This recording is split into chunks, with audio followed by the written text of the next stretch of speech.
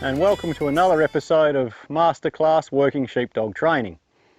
My name's Tully Williams, and today I'll be delving into my philosophy for training and handling sheepdogs. And this philosophy is important because it underpins everything I do with regards to training, handling and breeding. And also it underpins the commanding system that I use. Now, as the title suggests, I'm not a fan at all of what I call over-commanded robots. Instead, my preference is for what I call a purposeful partner. So not an over-commanded robot, but a purposeful partner. I get much more enjoyment and satisfaction from saying nothing and watching a top dog use its brains and instincts in challenging situations than from manipulating a dog with a never-ending stream of commands. Also, the dog that's constantly commanded may be okay in easy situations, but put that same dog out of sight and out of command in challenging situations and things look very different. I've seen dogs win Australian championships or international supreme championships, dogs that many people claim as top dogs and end up breeding from, that I wouldn't accept as a gift because they have so little real natural ability.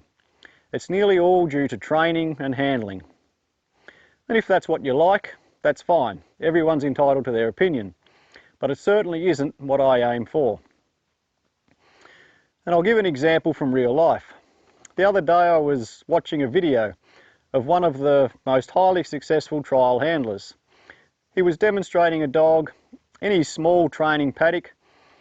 So this was the dog's home ground, a flat little paddock with a few trial obstacles in it, working a few very quiet trainer sheep. And I counted how many commands were given to this supposedly top dog by this successful handler.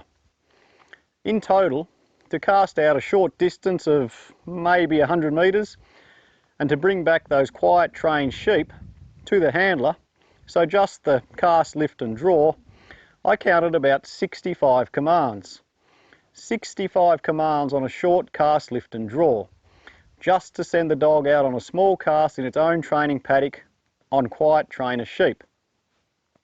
So that right there is my definition of an over-commanded robot. And unfortunately, these tend to be the successful trial winners under most judges nowadays. If I was judging, I'd be taking points off left, right and centre for that type of work. As one old judge said, he would be taking the points off with a shovel. However, the problem is that most judges are judging the sheep and not the dog. But that's a subject for another episode. Also, these very same handlers generally like to claim that they work with a dog's instinct and so on, and that they like a natural worker, when nothing could be further from the truth. And just because they say something doesn't make it true. These handlers work with a tiny fraction of a dog's instincts, the part they can't train, but everything else is man-made. They actually don't want a dog with what they would consider too much natural instinct, because that natural instinct actually fights against their constant control and micromanagement. For me, in that same situation, I would expect my dogs to cast out and bring those sheep down without a single command whatsoever. So not 65 commands, but 0 commands.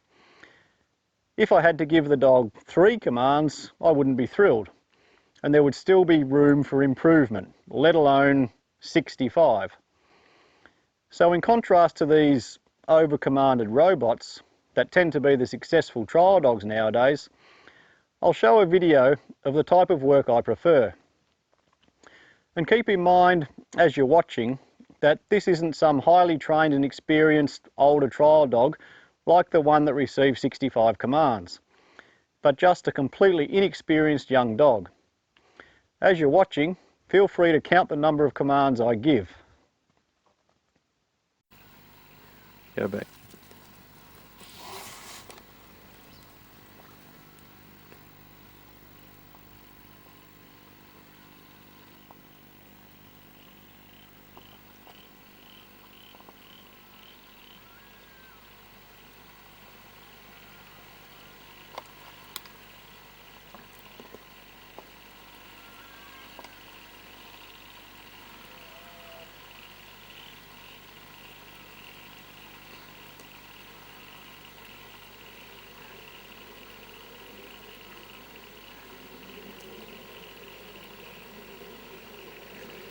This is Campaspe Bounce, 8 months old.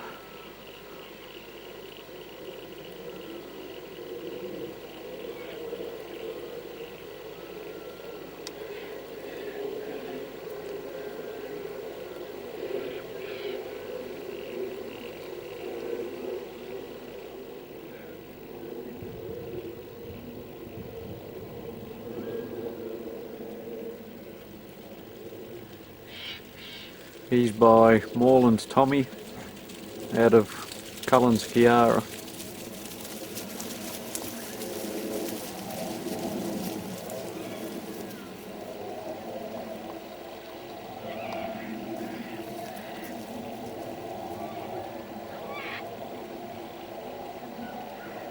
Oh.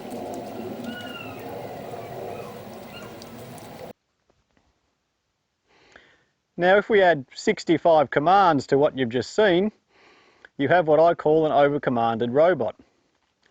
So my preference and my philosophy is for dogs that actually do work on their own initiative and instinct as much as possible.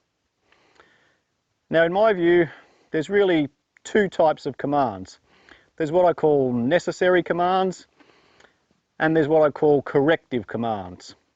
And what I mean by that is that there's times when the dog can't read our mind, and the only way it knows what we want done with the sheep is if we tell it. For example, the first command to send the dog out on the cast is a necessary command. Everything after that though, until the dog gets the sheep back to us, is a corrective command, because the perfect dog should be able to do this on its own. So any commanding in that situation indicates a fault or shortcoming in the dog. So as a general rule, necessary commands are when we need the dog to change what it is doing with the sheep. So if our dog's with us and we want it to cast out, that's a necessary command. If it brings sheep to us and now we want it to drive them away from us, then we need some necessary commands in order to achieve that. But if the sheep are straying off course instead of being taken in a straight line while it's driving them, then those are corrective commands. And if the dog is chopping in on the cast and needs widening out, then that is a corrective command. And corrective commands take two forms. Commands that correct a fault in the dog's instinct, or that correct a fault in the dog's training or experience. If a dog chops into close to the sheep on the cast and we have to tell it to get out, then that's correcting a fault in its instinct. If we are driving sheep along and an inexperienced dog wants to run around the head and block them, then that's possibly a fault in the dog's training or experience, but could also be a fault in the dog's instinct if, for example, it lacks sufficient driving instinct. And I want to be perfectly clear here that I'm not claiming I can work my dogs without any corrective commands whatsoever. I can't. They're not perfect, and they do need corrective commands. But I recognise that they are corrective commands and that a better dog wouldn't have needed those commands. And my aim and philosophy is to breed dogs and train them in a way that they need the least number of commands possible. Not to have dogs that can win trials with literally hundreds upon hundreds of commands under judges that like that sort of robotic work. So I'm dead against the overcommanded robot and all for the natural worker that does the same job without all the commands. And so no one gets the wrong impression, this doesn't mean at all that we shouldn't have dogs that are well trained and well under control. Not at all. We should have well-trained dogs that do what they're told when they're told. And there are many, many times we need necessary commands of all sorts, and no dog is perfect, so there are also plenty of times when we need corrective commands. What we should be looking for, in my view, is dogs that need the least number of corrective commands, because that means they're doing the job to a high standard on their own, without our interference. So I want my dogs to work with the least commands possible, but I expect them and train them to do what they're told quickly and easily the first time they're told. And that's what most of the video episodes are generally about. How to train our dog to a high standard of control and obedience. But the question is, how do we use that control and obedience? And the answer is that we should use it the minimum amount necessary to get the job done to a high standard. So use as many commands as necessary, but use as few as possible to get the job done to a high standard.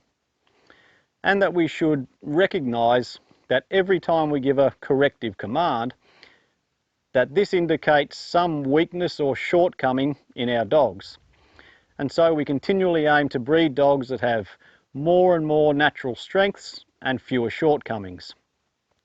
And if more sheepdog trial judges recognise this, like more of the older ones did, then we would start to see the better natural dogs winning and being bred from, rather than the over-commanded robots. So I'll show another video clip that I think really encapsulates my philosophy in a nutshell. Having well-bred dogs with loads of natural ability, letting them work on their own initiative as much as possible, but that are well trained and that do what they're told instantly. And if you're wondering where I'm standing, I'm the one holding the video camera doing the filming.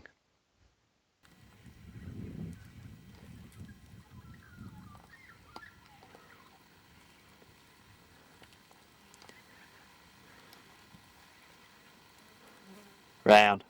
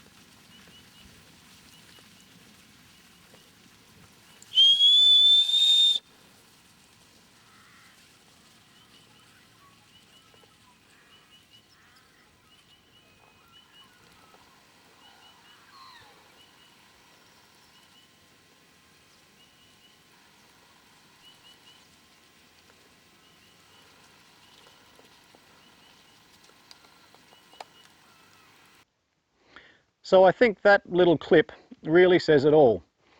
Allowing the dog to work on its own and having dogs good enough that we can allow them to work on their own, but having good control and obedience when we need it.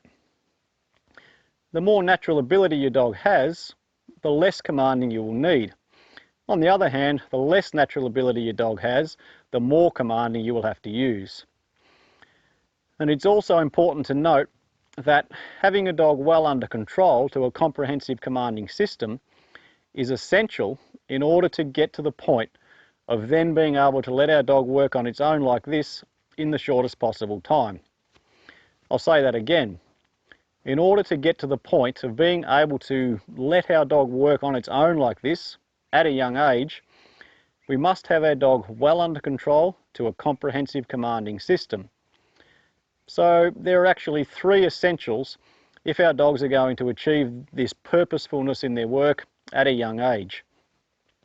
The first is natural ability. The second is a sound, comprehensive commanding system. And the third is obedience and control. So the first essential is natural ability. Without that, nothing else will help achieve purposeful work without command. And I talk about this in depth in my DVD, Natural Ability, and also in my book. The second essential is a sound, comprehensive commanding system. Simple commanding systems with fewer commands are for micromanaged robots, whereas comprehensive commanding systems, if they're well designed, are for purposeful workers allowed to work on their own initiative as much as possible. And I know that sounds counterintuitive, that having more commands actually allows us to work our dogs with less commands. But I will produce a video on the difference between comprehensive commanding systems and simple commanding systems in the future. And the third essential, in order to have dogs that work with such purpose at such a young age with minimal commands, is simply that we must have control of that comprehensive commanding system. In other words, the dog must actually listen and respond to the commands it's given. It doesn't matter how much natural ability a dog has or how good the commanding system is, if the dog ignores us and just has fun doing its own thing, then it won't be working with us. So obedience and control are the third essential. So that's my philosophy on training and handling working dogs. Have high quality, truly natural workers, well trained to a comprehensive commanding system, then command them as little as possible, but as much as necessary to get the job done to a high standard. If corrective commands are necessary, use them, but use them as little as possible to get the job done to a high standard. If you need to give hundreds of commands, then don't claim you have a natural working dog and that you're allowing it to work on its own initiative. What you have is a dog selected and trained to be a well-trained robot. So to finish off, once again I'll play the clip of Bounce bringing the sheep off the hill, as I think that really does encapsulate my philosophy of sheepdog training, handling and breeding. I'll see you next time.